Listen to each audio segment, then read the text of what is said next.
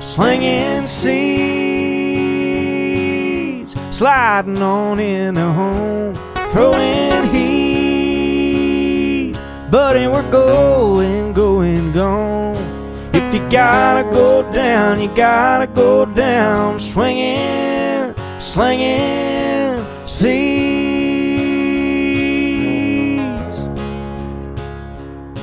It's America's favorite pastime. Come on, let's have a good time, slinging seeds. Yeah, we're just slinging seeds.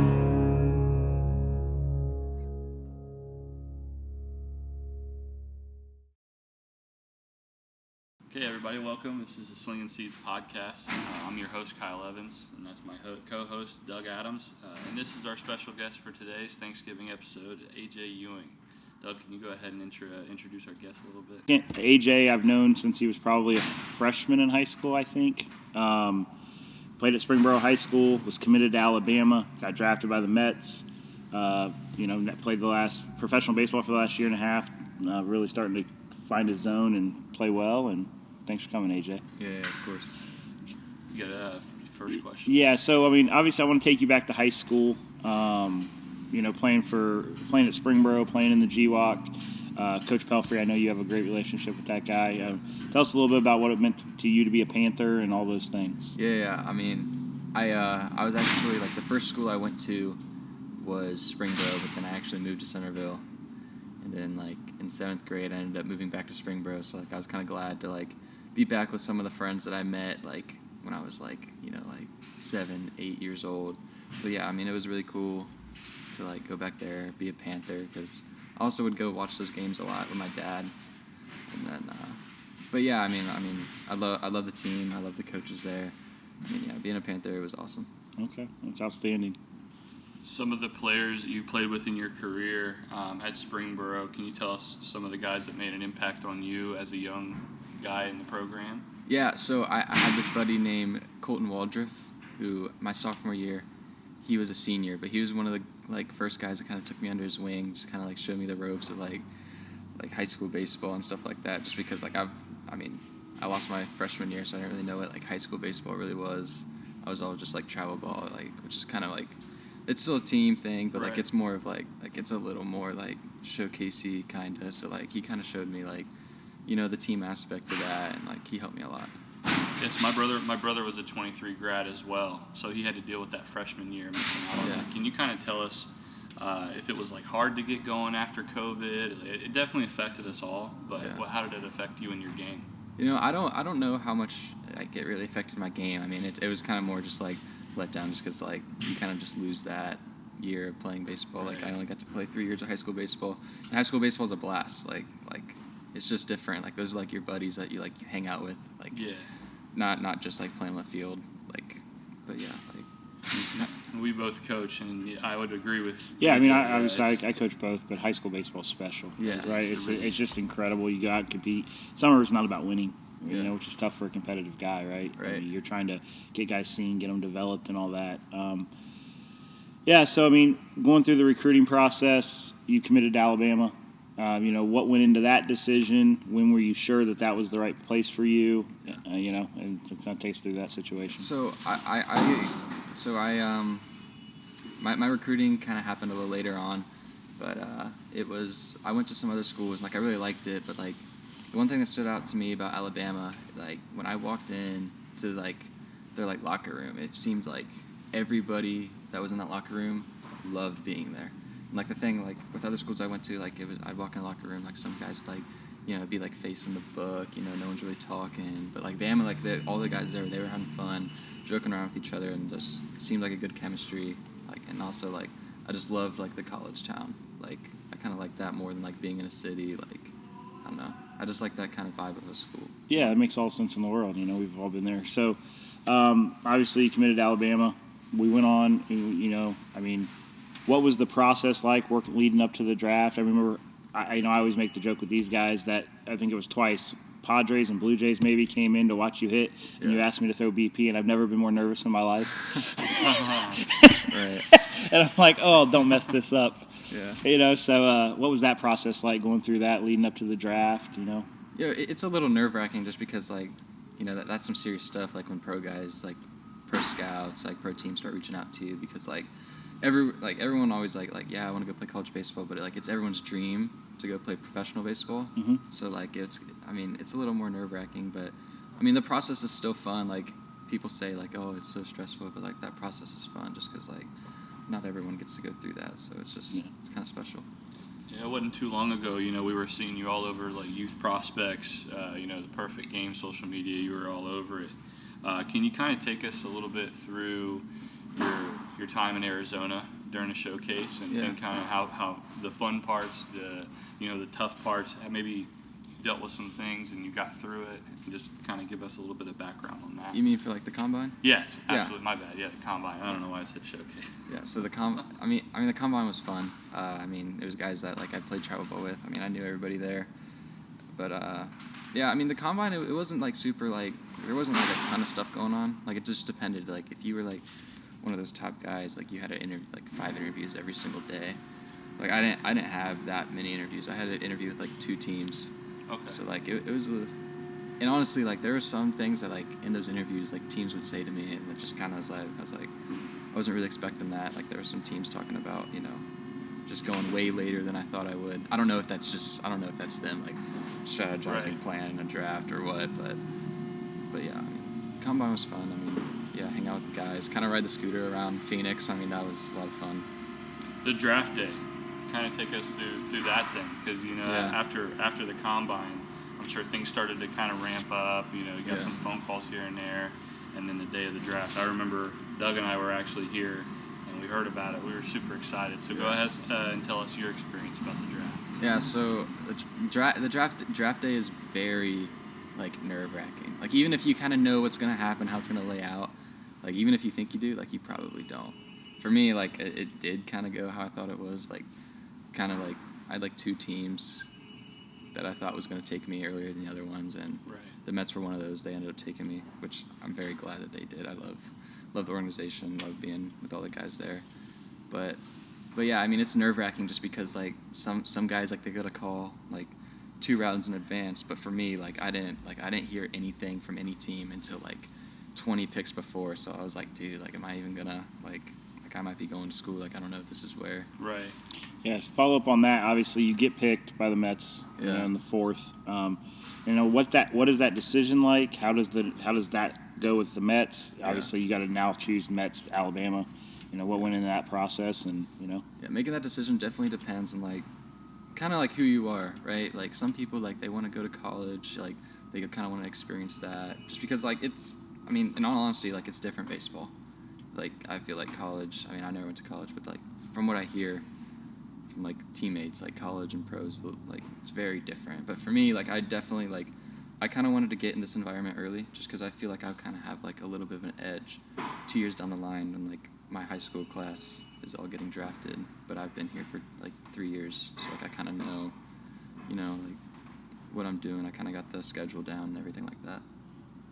You played with Burris when you were down with 5 Star, correct? Yeah. And he's at Georgia Tech now. Had a pretty good year. Yeah.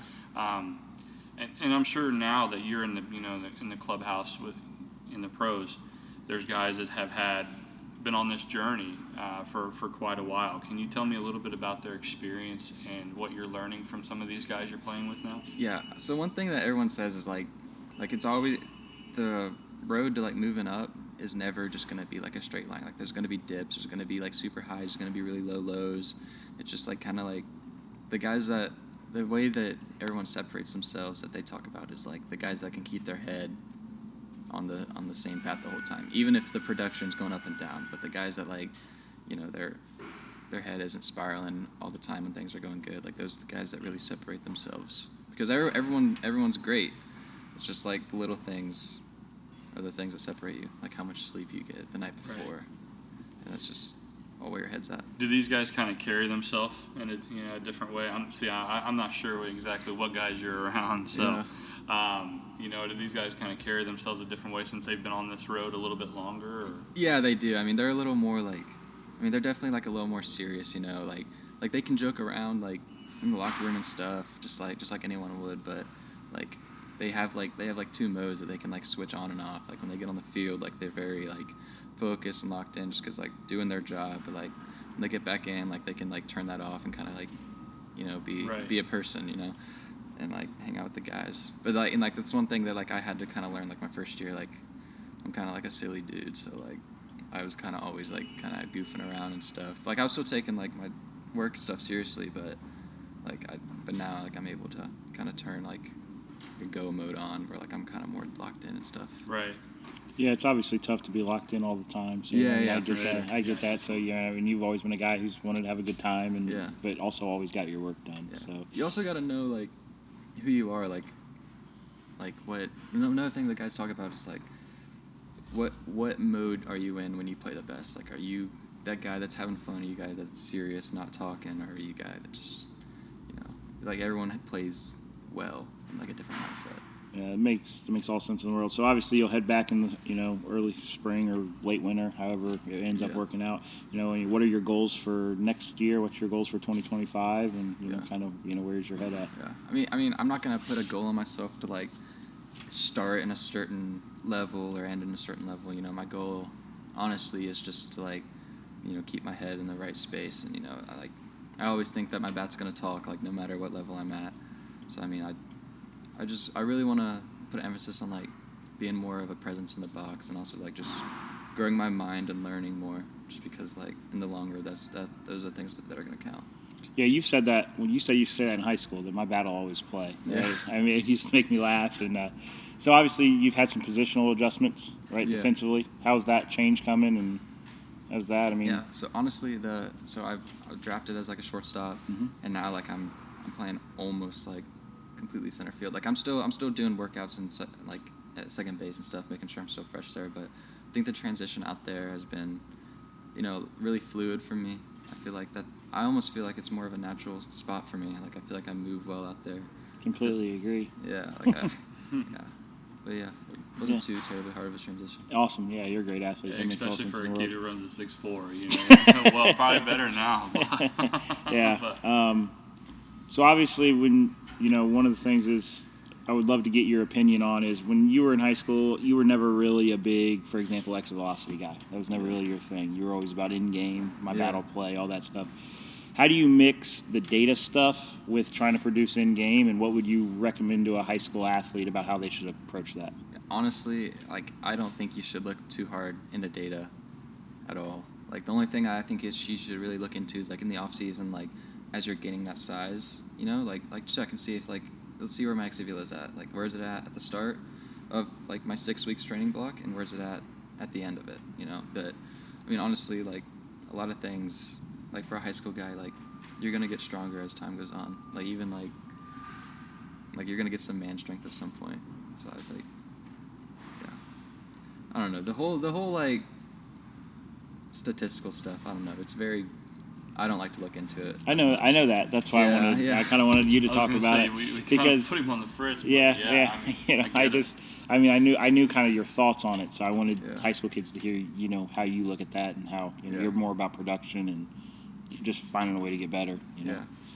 As I was saying, one of my favorite things about you, and like I said, I talked about this, a lot. I've used it with guys like Sauber and these guys is that you didn't become a draft pick at 4 o'clock. And what I mean by that in the facility, if you don't know our facility is, we have member times from 1 to 5. So when you were here in high school, you would come in with your boys every day from 3 to 5, and you guys would have the machine set up, and you'd play hit tracks games, and you would compete, and you guys would have a blast. And at 5:01, nothing against those kids, I love all of them.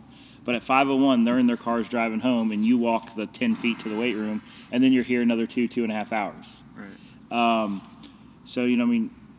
So I guess it was more a statement than question, but that was always the thing that I always loved about you the most, was that you were going to work when they were watching, but you were going to work when nobody was watching, right? If it's just A.J. in here by himself, some days at 2 o'clock, you're getting your work in.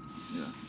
What do you think led to that? What set that up in your brain? And what advice would you give to high school kids so they could kind of have the same mentality? Yeah. I mean, at some point along the road, like my high school, like baseball journey, like something flipped in me where it was like, all right, like this is like what I want to do. Like I don't want to go get a job. Like, I want to go play baseball. Like, this is what I want to do. And, like, from that moment on, like, I was probably, like, a sophomore. That's kind of when things kind of flipped for me. Like, I was like, I'm going to give this everything I have or I'm going to regret it for the rest of my life. So, like, that was kind of the thing that flipped to me. And after I made that decision, like, it wasn't like I was, like, forcing myself to go do it. It's like I wanted to go do it. Yeah. I mean, like, you think if you're a high school guy and, like, you want to go be a pro, like, you want to go play in the big leagues one day, like, that decision has to be made at some point, and you can't veer off the track of that. Like, you got to be locked in 100%. Like, you got to give it everything you have. So I'm going to kind of want you to go back to high school. I just think this is great information for the people that, are guys and stuff. What was your schedule like, say, junior year of high school? Yeah. So if you had a 7-day calendar in the off season, not during season, but in the off season, what did your schedule look like? Yeah. So, I mean, I would definitely have, like, a very strict, like, thing I was doing in the weight room, probably, like, 5 days a week, and, like, I wouldn't veer off that. But honestly, like, when I'd get in the cage, it was kind of, like, all, like, a feel thing for me. So, like, I didn't want to have, like, a set thing that I'd go in and do every single day. Like, it was like, all right, well, my top hand feels weak today, so I'm going to do some top hand stuff, make sure my top hand's good before I get into my machine stuff. But, I mean, honestly, it's just kind of like the consistency thing. Like, as long as you're doing something every day to better yourself, then, I mean, that's all that matters. So how many days a week were you, say, swinging the bat? You obviously said 5 days lifting. I mean, how often were you swinging when you were in high school trying to get your I feel like I was in here swinging probably 6 days a week. Yeah. Like, maybe Sunday I wasn't, but... Yeah, no. Yeah, well, like I said. I mean, especially when you're young, you look up to certain players. I can remember as a kid, I looked up to King Griffey. I'm no thing close to a center fielder these days. So, what ball players did you look up to at a young age? I mean, I grew up in Dayton, so I was kind of like a Cincinnati fan, like my whole life. But I loved watching Joey Votto. Which is kind of everyone knows Joey Votto, but I loved how, like, from the start of his career to the end of his career, like, he was still the toughest out that a pitcher had to get. Yeah. I was a 2014 grad, so 2010. Watching 2010 Joey Votto was different. Yeah, I mean, you had, that was a different type of intense in the box from him. Oh yeah. And there's really not much you can throw close to the zone to that guy either. Just a different. So when you got a guy like Votto that you're a big fan of, is there anything you can learn from there, or you just enjoy the watch? I mean, his approach is never like, I'm gonna hit home runs. I mean, obviously, like, home runs are probably a bigger part of the game now than they were a long time ago, but not really a long time ago. but I mean, they're definitely bigger, more important to the game now. But I mean, that dude was just trying to put barrel on the ball every single at bat. Yeah. So, one of the things that you played in, I think, twice in the past in the facility is the Christmas Classic, right? And you get guys like you, Zaid, Ryan Galaney, right? Will Cook, Ben Zink, back when he was still a hitter. What was that experience like? Is it something you enjoyed when you were in high school? Obviously, we're coming up on that. Yeah. With it being Thanksgiving, we'll be a month away from our Christmas Classic. Tell us about that. Yeah, I mean, the Christmas Classic hit tracks game, like, that's a lot of fun. Like, everyone comes in here, it's kind of like a big reunion. Like, everyone kind of knows each other, dapping each other up, talking, and then, like, kind of have some fun competition in the cage. Like, I love it. Like, that's the stuff that kind of fires me up. Friendly competition. It's definitely a great atmosphere. Can you give me maybe like a favorite memory? Favorite memory?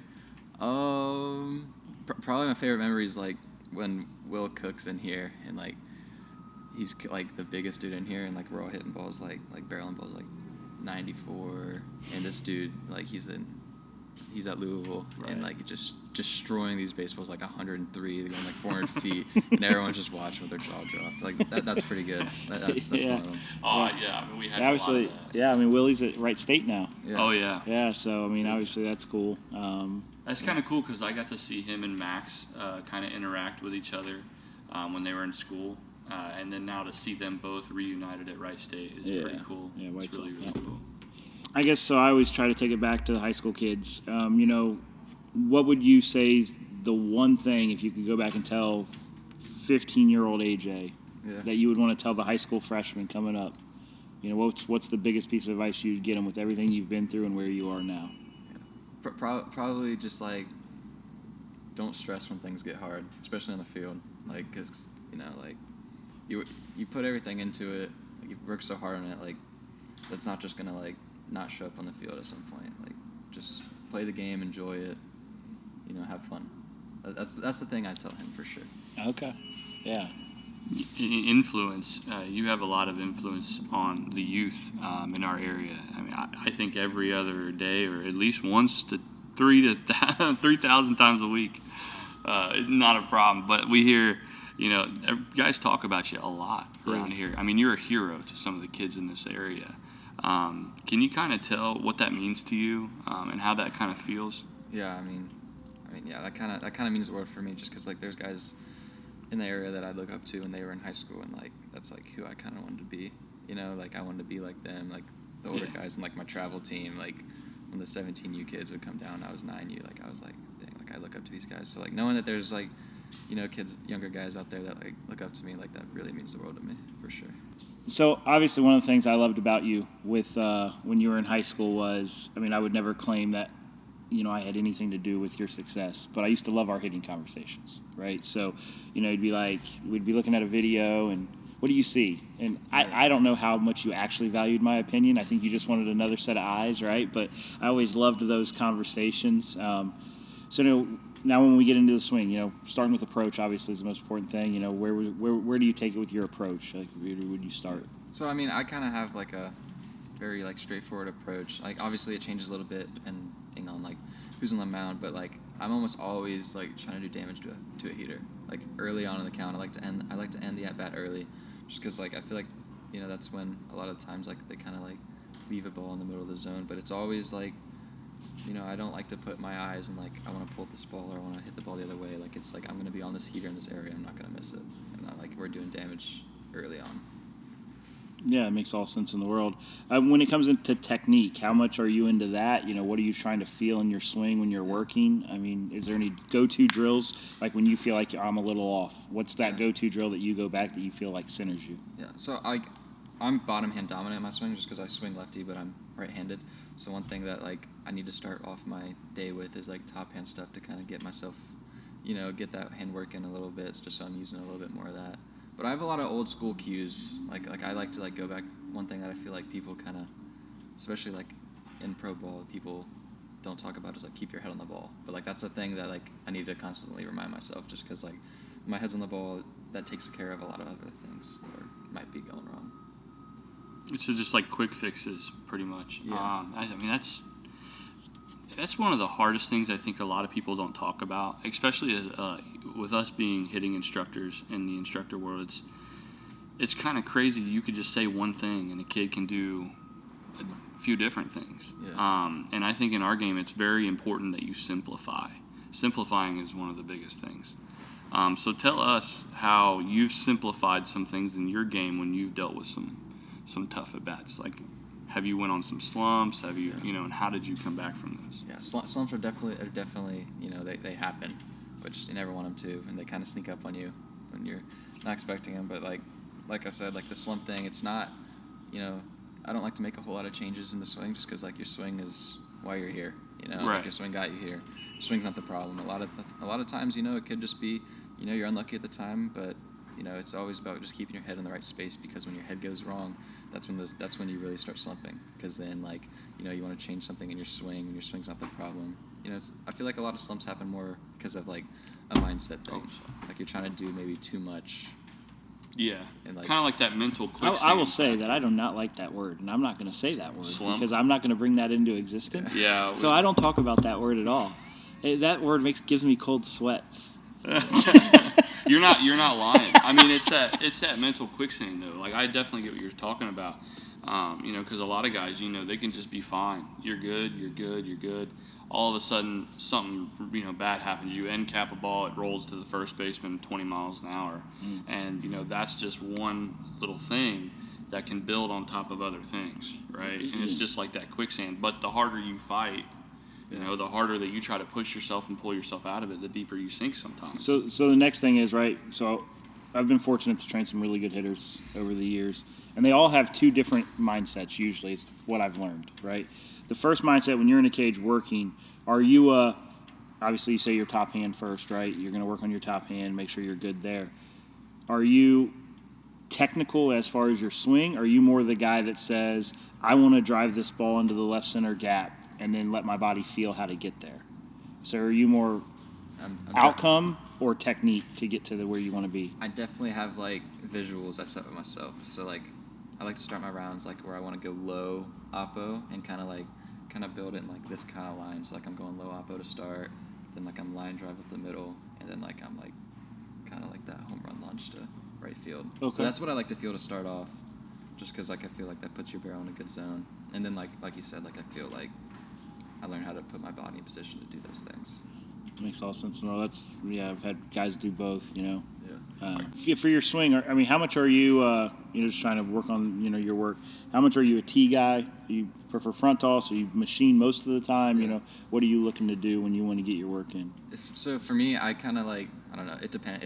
If side toss is available, I prefer that over tee, just because I feel like, when the ball is stationary, like some things aren't, like I'll do some extra stuff just because like I like the ball moving. I like the rhythm of like seeing like being able to load and everything like that.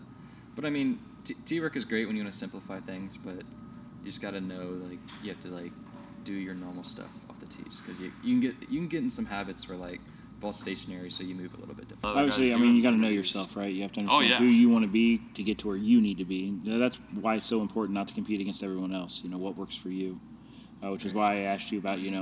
I've always told all the hitters that I work with, you have to know what that go-to drill is when you feel off. Okay, I'm off. I know I need to do this. Like you said, for you, it's top hand. I have a few guys that are, high tee. And other guys have other drills, right? That, hey, I need to do this drill when I'm off. One of the things when we went to Ohio State last week and watched them practice, and you hear the coaches talking about this with their players, and they're a little different. They're like, well, I need a left-handed slider off a machine, and that'll get me there. But everybody's got their own thing, so that's why I wanted to bring up, what yours was and all those things. No, really. So I'm going to kind of take a little turn off the track here, but can you kind of tell us about your family's involvement in all this, and like how great they've been and Other stuff than the like fact that? that your dad's awesome. Yeah, no, that's what I was getting. Fun story. I talked to your dad a couple times. AJ's dad is my mom's chiropractor. Fun story. So so he's always been super nice to my mom. So obviously your dad's awesome.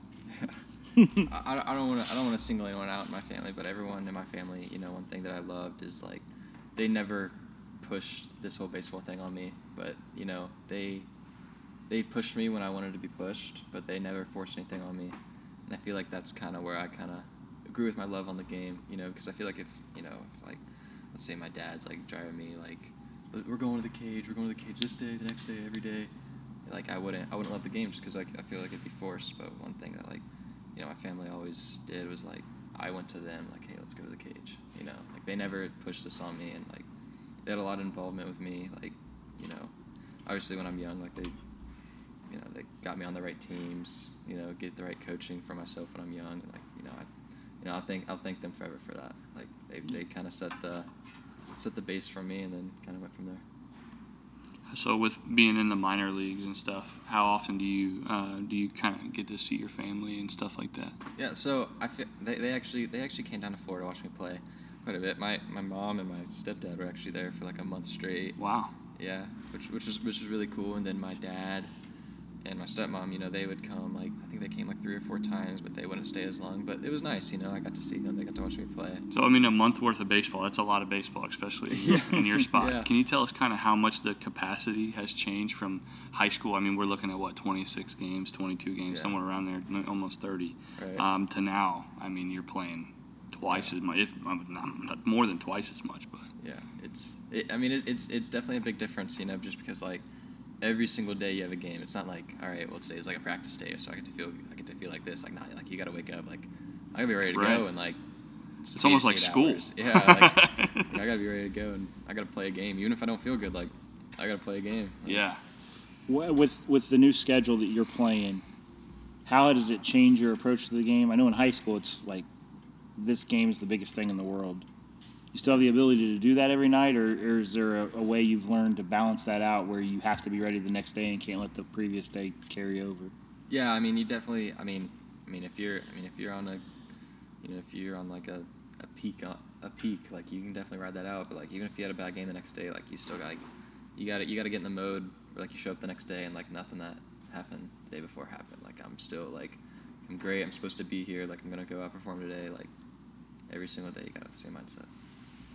Yeah, because in the high school realm, I mean, you have a bad game, you probably got it either a day, 2 days, sometimes a weekend to get Right. through that. And for you, it's like it's a sleep and wake up and all right, it's over. Yeah.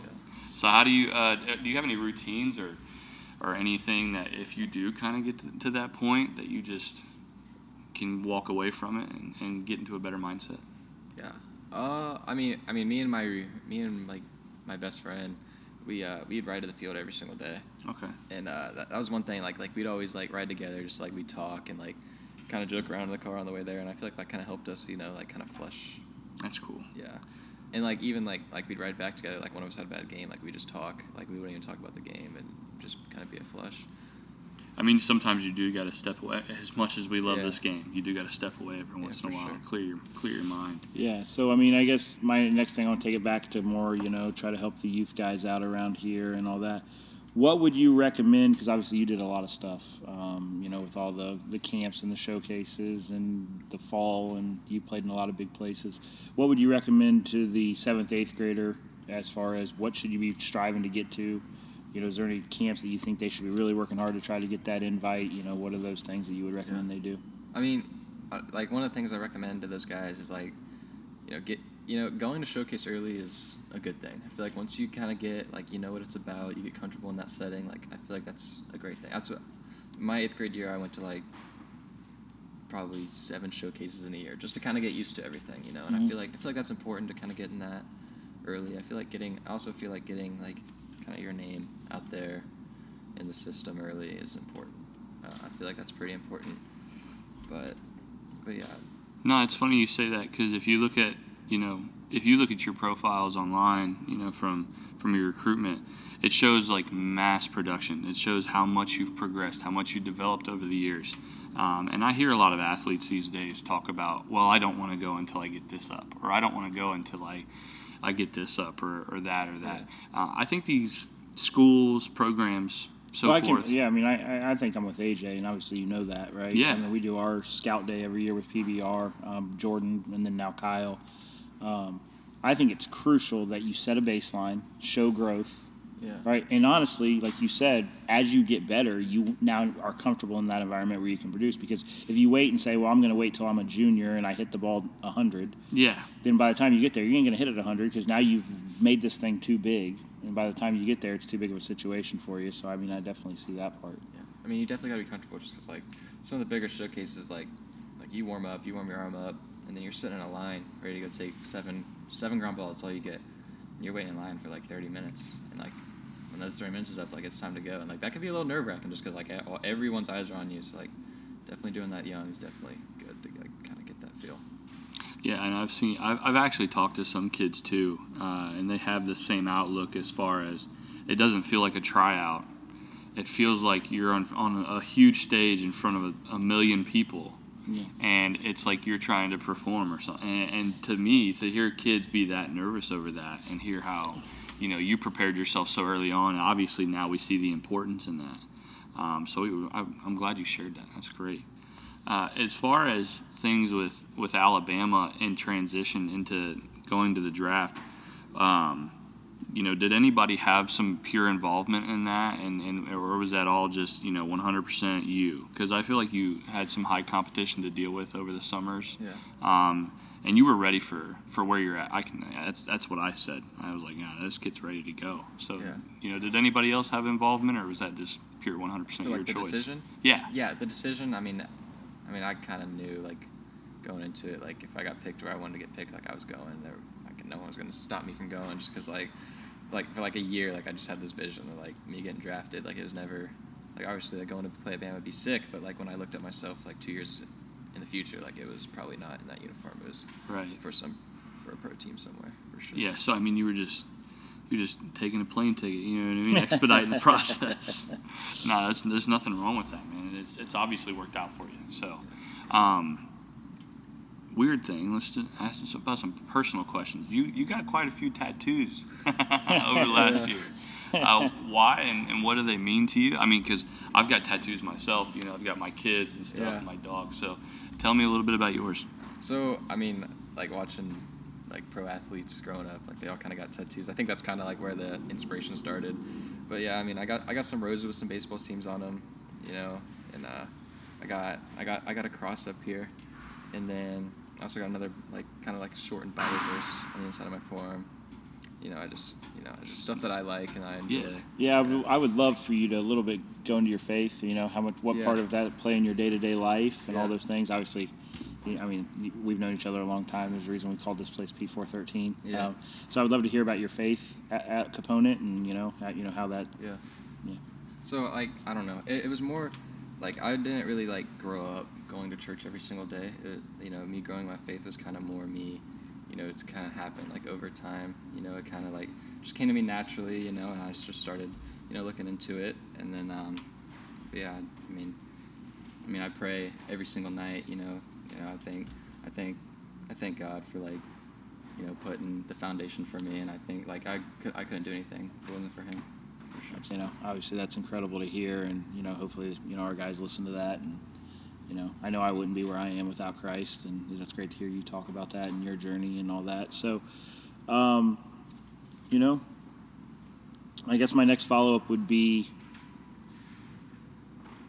you did a camp here with Ryan and Zaid, and obviously you said you've had relationships. How often do you talk to the guys that you worked out with here and all that, and your former high school buddies, or is that now you're completely disconnected and you're locked into what you're doing? No, I'd say I definitely keep in contact with those guys. Like my high school team still has a group chat, and sometimes like I'll pop in there just say some dumb stuff. But yeah, I'm hoping I get to like go to Springboro soon, like go see all the guys, go see Pelfrey, and all the coaches there.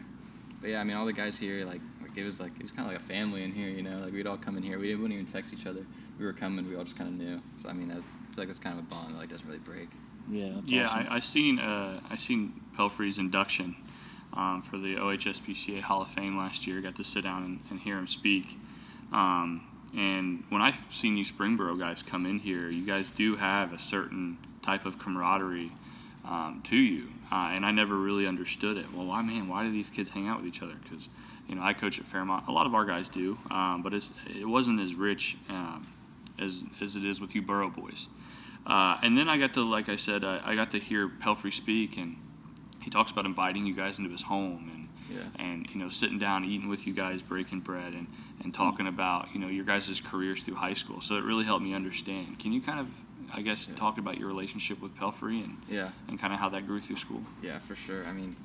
Pelfrey gave me an opportunity, like, my freshman year, he gave me a chance to, like, be on the varsity team, kind of prove myself there, which, I kind of thanked him a lot for it because, like, I don't know.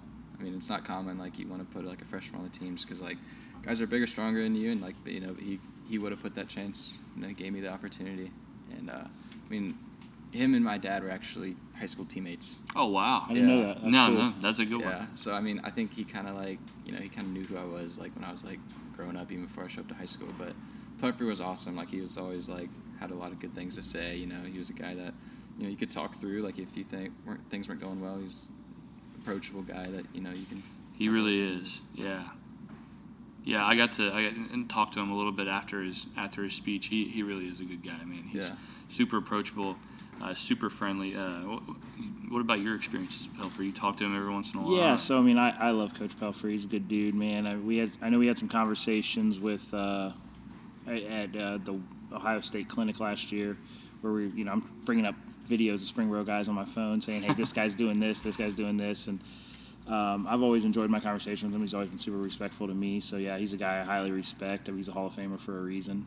Won a lot of baseball games. I'm really curious to see how this year goes at Springboro, and obviously, obviously Molencamp's pretty close to me, and he's really come on. So I'm excited to see what he does with his varsity chance. Because of that 24 group they had, man, nobody was getting a chance. Yeah. There were so many of them. So yeah, I've always thought the world of Pelfrey. It's cool to hear you talk about him.